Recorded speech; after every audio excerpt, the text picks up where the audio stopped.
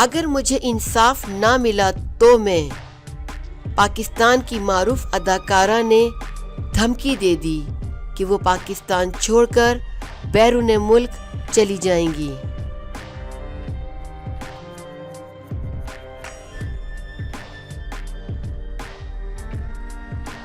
پاکستان کی film industry کی scandal queen اداکارہ میرا نے سیشن کورٹ میں پیش ہو کر عدالت میں حاضری مکمل کروا دی۔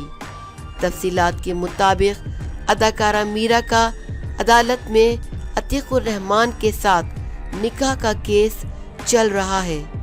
عتیق الرحمان کی طرف سے دعویٰ کیا گیا ہے کہ میرا میری اہلیہ ہیں۔ اداکارہ متعدد بار کہہ چکی ہیں کہ عتیق الرحمان میرا شوہر نہیں ہے۔ سیشن کورٹ میں اداکارہ میرا اور عتیق الرحمان نکاح کیس کی سماعت ہوئی۔ کیس کی سماعت ایڈیشنل سیشن جج سید شہزاد مظفر نے کی۔ سماعت کے دوران اداکارہ میرا سیشن کورٹ کی عدالت میں پیش ہوئیں اور اپنی حاضری مکمل کروائی۔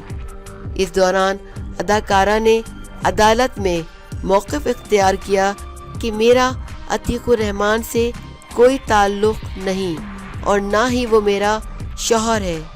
ان کا کہنا تھا کہ عتیق الرحمان 10 سال سے مجھے جھوٹ بول کر عدالتوں میں ذلیل کر رہا ہے۔